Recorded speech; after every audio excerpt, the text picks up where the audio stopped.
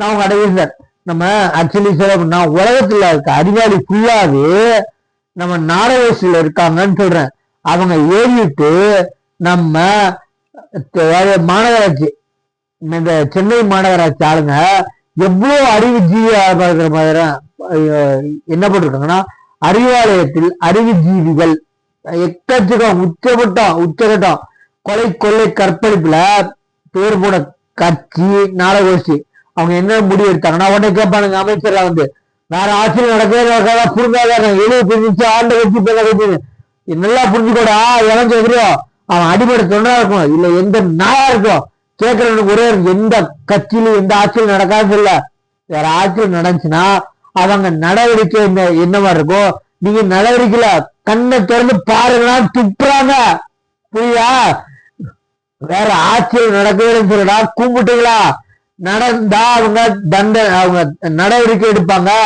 உங்க நடவடிக்கை பாருங்க போட போற கொசுவலை போட்டிருக்கலாம் எதுக்கு வராமல் இருக்கு. அறிவு பூராமே அறிவாளர்களா இருக்கீங்க. பேசாம நாடகோஷ்டி கட்சி பேரை தூக்கிட்டு அறிவு ஜீவின்னு வச்சுக்கோங்க. அப்படியே பொங்கி வலியுது.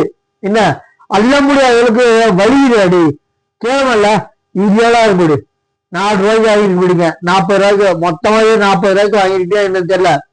இதுக்கு இல்ல கணக்கு எழுதிருப்பீங்க 4000 கோடியா இன்னும் 4 லட்சம் கோடியா எனக்கு தெரியல. என்ன நீங்களா அதுல பிரபலம்டா 4000 கோடி 4 பம்பு செட் வாங்கினாலும் எப்பேற்பட்ட ஆளு அதையும் பப்ளிக்கா வீடியோ எடுக்கிறாங்க போட்டோ எடுக்கிறாங்க தெரிஞ்சுட்டு இதுல 4000 கோடி செலவழிச்சோம் இருந்தாலும் பம்பு செட் வச்சு நாங்க அவ்வளோ வேலையும் பம்பு செட்டே பாக்குறேன்னா புடுக்கிறதுக்கு 4000 கோடி செலவழிச்சுங்க. அந்த மேற்கைய சொல்றாங்க 4000 கோடி செலவழிச்சாலும் அதுக்கு மேல கை காசு போட்டு 4 பம்பு செட் வாங்குற மாதிரி பேசு. என்ன அந்த எல்லா வேலையும் அந்த 4 பம்பு செட்லயே முடிச்சாங்க. அப்புறம் புடுங்கிறதுக்கான 4000 கோடி செலவழிச்சா நான் கேக்குறேன். அந்த 4000 கோடி எவன் வீட்டுல போய் வச்சிருக்கீங்க? வரும் என்ன அமலாக்கத்துறை வரும். எலெக்ஷன் முடிவுக்குள்ள எத்தனை அமைச்சர்கள் எத்தனை எம்எல்ஏங்கள் உள்ள போறதில்ல. என்ன போட்ட போற பாருங்க. இவங்க தெளிவுங்க அடிக்கிறதுல கக்கூஸ்ல 400 கோடி. ஆனா கக்கூஸ் ரெடி அந்த ஒரு கூட போற பாருங்க ரொம்ப கேவலமா இருக்கு. பப்ளிக் கக்கூஸ் இவனுங்க ஒரு நாகாரி மெயின்டெனன்ஸ்ல திறந்து கூட பார்க்கல ரெடி பண்ணி அதுக்கப்புறம் தான் மெயின்டெனன்ஸ். என்ன பாச இவனுங்க திறக்காத கக்கூஸ்ல மட்டும் 400 கோடி ஊழல் எப்பேற்பட்ட ஆளுங்க. அதே மாதிரி 4000 கோடி வெள்ளம் இல்லையா மழை பெய்து கொஞ்சம் எக்ஸ்ட்ரா தண்ணி இருந்துச்சா வெட்டையிடல ஓய்வு. என்ன பேசுறா வந்து அம்மா லாபம் இல்லையா காரி துப்பணும். ஒட்டுமொத்த மக்கள் காரி துப்பினாலும் எச்சின்னு சொல்ல மாட்டோம் தெரியாம பட்டுச்சு சொல்லுவோம். நீ சொல்றல வெள்ளம் இல்ல கொஞ்சம் எக்ஸ்ட்ரா தண்ணி வச்சான் ஒட்டுமொத்த தமிழ்நாடு காய் துப்புனாலும் எச்சி தெரியாம பட்டுச்சுன்னு சொல்லுவோம்.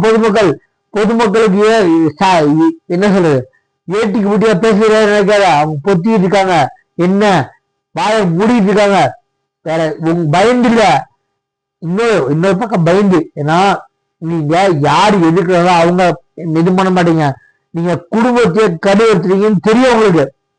அதனாலதான் அராஜகத்தின் உச்சி.